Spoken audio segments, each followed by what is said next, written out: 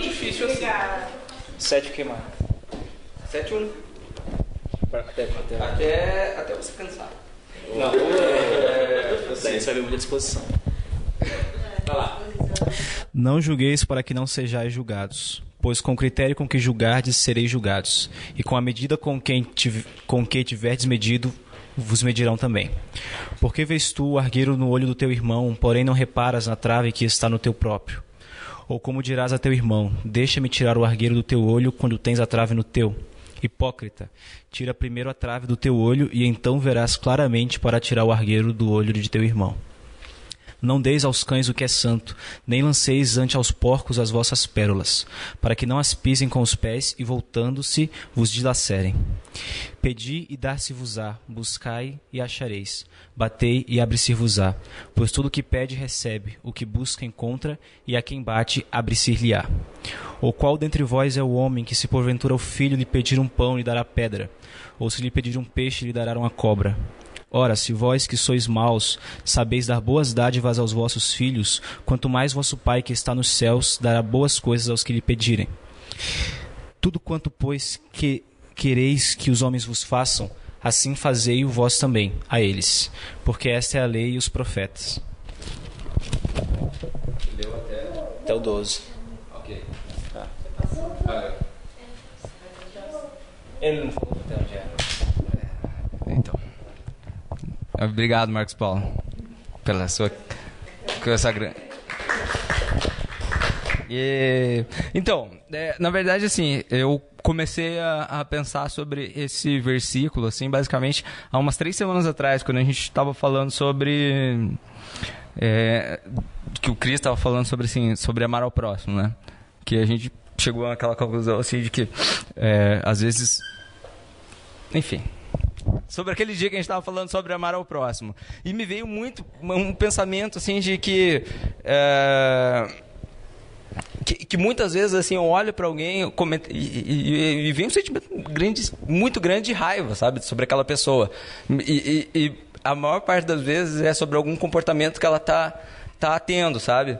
Que eu sinto raiva daquilo. E se eu olhasse para dentro de mim e eu sentisse a raiva que eu sinto ao olhar para ela, talvez eu fosse uma pessoa bem melhor. Só que quando são os meus defeitos, eu não consigo sentir isso. Mas quando é em outra pessoa, quando eu enxergo isso em outro, é uma coisa muito clara para mim. Quando alguém está passando por algum determinado problema, converso muito com a Manu, né? E daí quando ela está fazendo alguma merda, eu falo, pô, Manu, é óbvio que você está passando por isso, né? Só que quando é comigo, eu simplesmente não consigo enxergar dessa maneira.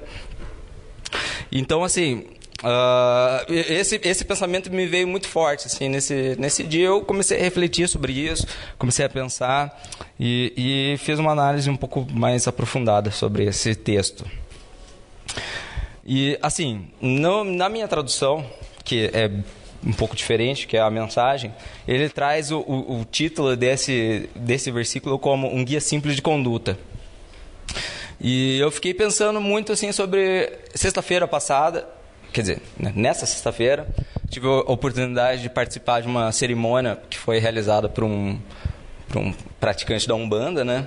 E tive em contato assim com uma outra perspectiva sobre outras religiões. E na verdade, assim, existem muitas coisas que estão dentro do cristianismo que também que são apropriadas por outras religiões, né? E daí eu, pesquisando assim, acabei encontrando uma citação do Confúcio, que até onde eu sei ele não é cristão, tá,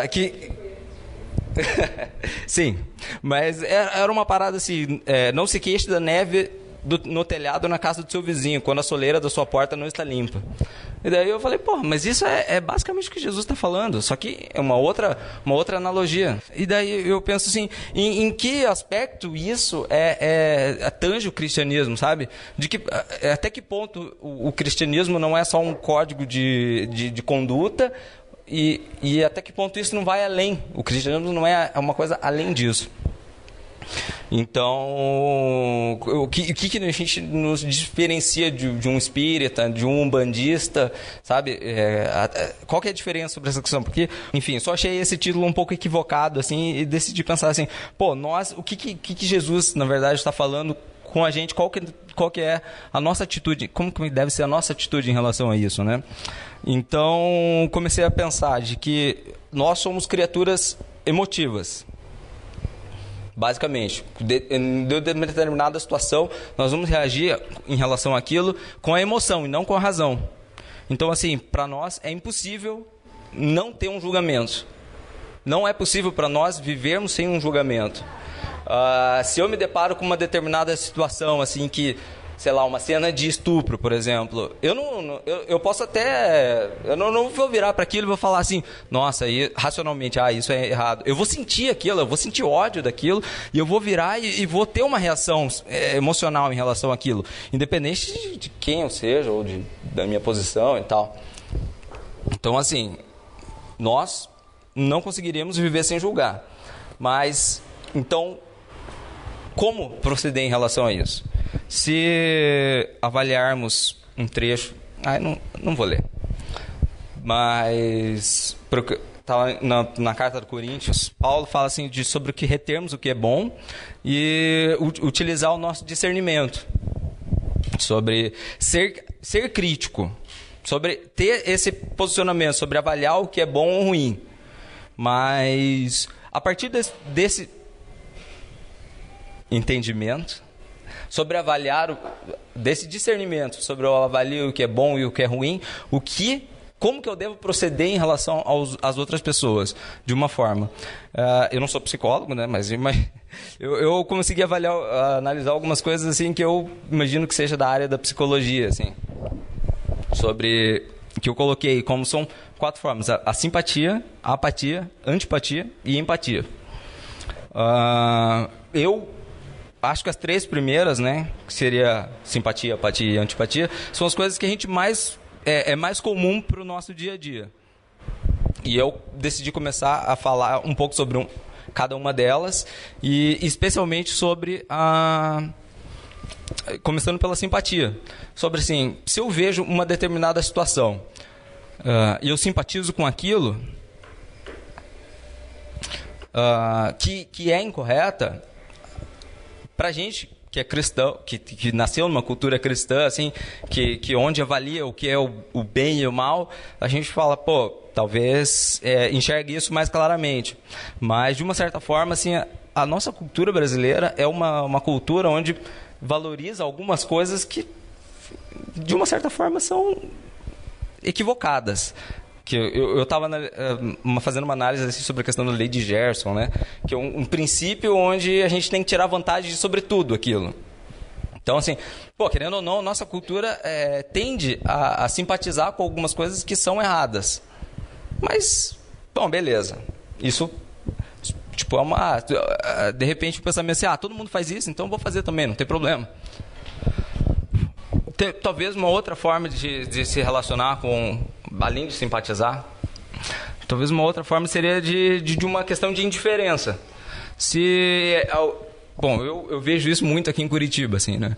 Se alguém chega do nosso lado e se posiciona de qualquer forma, alguém que eu não conheço, que é irrelevante para mim, eu simplesmente vou ser egoísta e vou ignorar aquela outra pessoa que está... E é uma coisa meio natural pra gente. Eu, particularmente, me sinto muito assim, em várias horas do meu dia.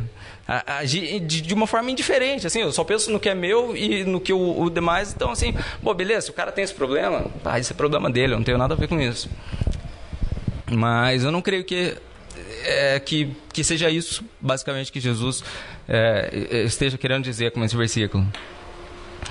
E aí a gente parte para uma parte um pouco mais agressiva, assim, sobre a antipatia, que eu acho que é o mais comum, assim, e eu, pelo menos, consigo avaliar, assim, na história do cristianismo.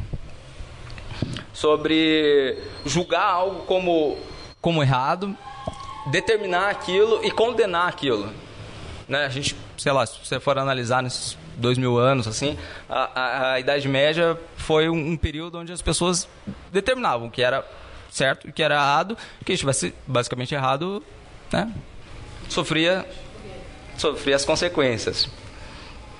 Mas, de uma certa forma, a gente ainda tem, assim, um ministério de condenação, sabe?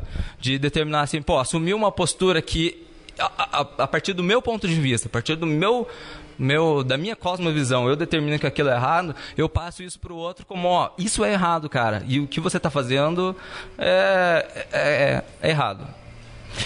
Eu vejo isso também como uma forma meio natural, que a gente nasce e isso não é uma coisa que a gente tem que forçar, sabe? É uma coisa que o meu primeiro entendimento disso é fazer isso. Fazer, pô, você está errado. Você errou feio, errou rude. Daí você vai falar.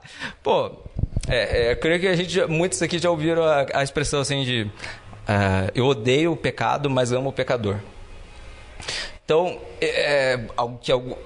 eu acho que a partir do momento que um líder de uma igreja, um pregador, ele fala uma parada dessa, ele está dizendo assim, esse é um discurso de ódio. Nas entrelinhas ele está querendo dizer, eu sou mais santo que você. Eu, por ter talvez uma prática assim, eu estava ontem discutindo junto com um pastor sobre a questão do eu escolhi esperar, né? Não, sobre eu escolhi esperar, assim, que na verdade, assim, pô, você falar uma parada daquelas, assim, você está querendo dizer, assim, a partir do meu entendimento de mundo, eu determino que isso é o lance que você tem que seguir, independente da sua vida, da vida que você teve, do que você veio a fazer, entendeu? Então, assim, eu acho que é muito complicado, algumas questões. Como é que você vai falar isso para um cara que de repente sofreu abuso sexual na infância, um cara que tem uma compulsão sexual fortíssima, você vai falar para ele alguma coisa de acordo com o meu entendimento, de acordo com, pô, eu casei virgem, minha esposa casou virgem comigo e a gente se guardou até o casamento. Então, assim, eu penso que algumas coisas assim tem que tomar muito cuidado para você, porque senão a gente acaba criando até um abuso moral em relação a outra pessoa. E muitas vezes até esse tipo de atitude acaba sendo, como algumas vezes a gente já ouvi falar de pastores que condenavam a homofobia, que condenavam a homossexualidade de uma forma muito agressiva e depois vieram a mostrar, a se revelar homossexuais, sabe? Saíram da igreja e falaram, não, eu sou homossexual.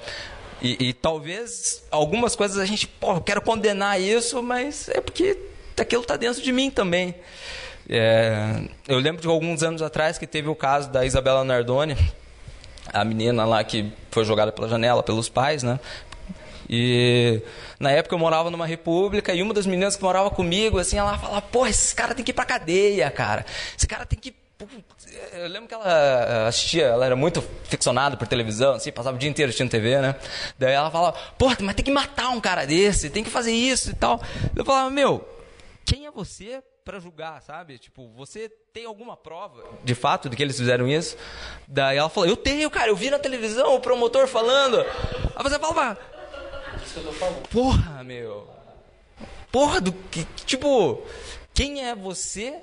Tipo assim, você está querendo assumir o lugar de Deus. Você está querendo assumir o lugar de uma pessoa que você não... De uma posição que não é uma posição que é para você tomar. E principalmente, assim, o que eu acho um grande problema é quando se torna de um código moral, sabe? De alguma coisa que nós estabelecemos como o moralmente correto e aquilo, na verdade, assim, mas isso é uma visão totalmente humana. Que sobre o ponto de vista de Deus, aquilo acaba se tornando até não sei, é difícil colocar isso, né? Mas, enfim.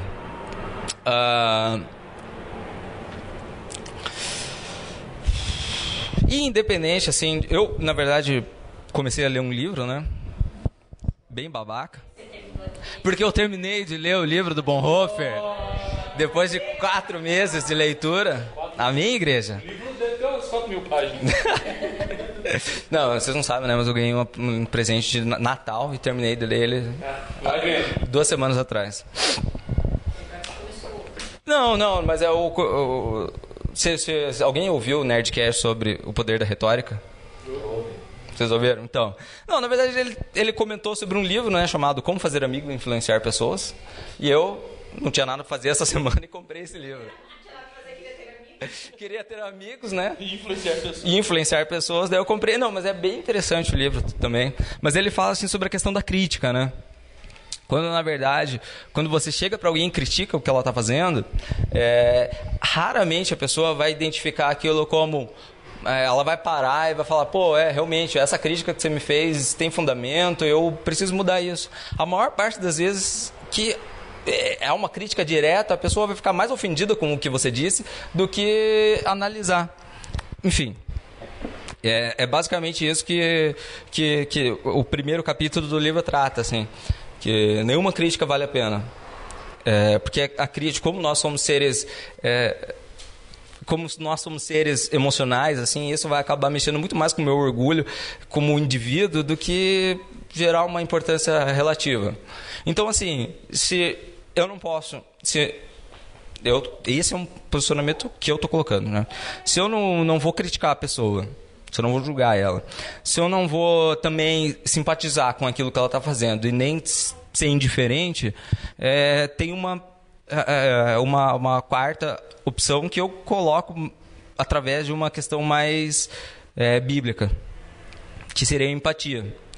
Que a empatia é a capacidade psicológica de se identificar com o eu do outro, conseguindo sentir o mesmo que este nas situações e circunstâncias por este outro vivenciadas. Aí eu coloquei o exemplo do ET, o extraterrestre. Não é o ET Rodolfo. Não, mas se alguém lembra desse filme, né, do Steven Spielberg, que o ET ele tinha uma relação muito íntima com o Elliot. Quando o Elliot morria, ficava doente, o ET também ficava doente. Era uma parada assim. Então, assim, fazendo essa análise babaca, né? Eu penso que talvez seja dessa forma que Jesus olha, sei lá, espera da gente. Talvez, assim, sobre esse nosso desejo de querer corrigir a outra pessoa, na verdade, se colocar assim, se reconciliar, sabe? De colocar a outra pessoa assim para se tornar, você quer ser restaurada, sabe? E não é ninguém vai mudar ninguém, sabe? Mas talvez o nosso pensamento assim seja de... Não, espera aí. Viajei. Assim, se nós temos a pretensão de querer endireitar a outra pessoa, de querer corrigir ela, na verdade a gente está olhando de cima para baixo. A gente está olhando assim de que eu sou mais santo que você e eu tenho desejo, porque eu entendo mais do que você, então eu acho que eu tenho que te mudar. Isso pode até ser verdade, mas eu não sei se essa postura ela vai realmente ajudar a outra pessoa. E eu acho que nossa função, sim, é auxiliar a outra pessoa de uma forma que ela encontre em Cristo esse desejo de mudança. Porque eu acredito que só em contato com Deus que pode surgir essa percepção de mudança. E muitas vezes nós somos tentados a fazer o contrário, né? A gente queira mudar a outra pessoa. E assim, eu penso que em lugar de condenar os outros, a gente procurar entender, procurar compreender. Talvez essa atitude ela seja um pouco mais, ela seja mais benéfica e mais, não sei. E assim, uma coisa que eu fiquei refletindo esses dias também era sobre a questão da maioridade penal aos 16 anos. Que muitas pessoas criticam, né? Falando assim, porra, o cara aos 16 anos ele já entende o que é da vida. O cara com 16 anos, se ele mata alguém, ele tem que ser responsabilizado por isso. E na minha postura, independente do que isso seja verdade ou não, eu começo a pensar o seguinte, que nós... nas mesmas condições que aquele menor marginalizado... aquele menor marginalizado...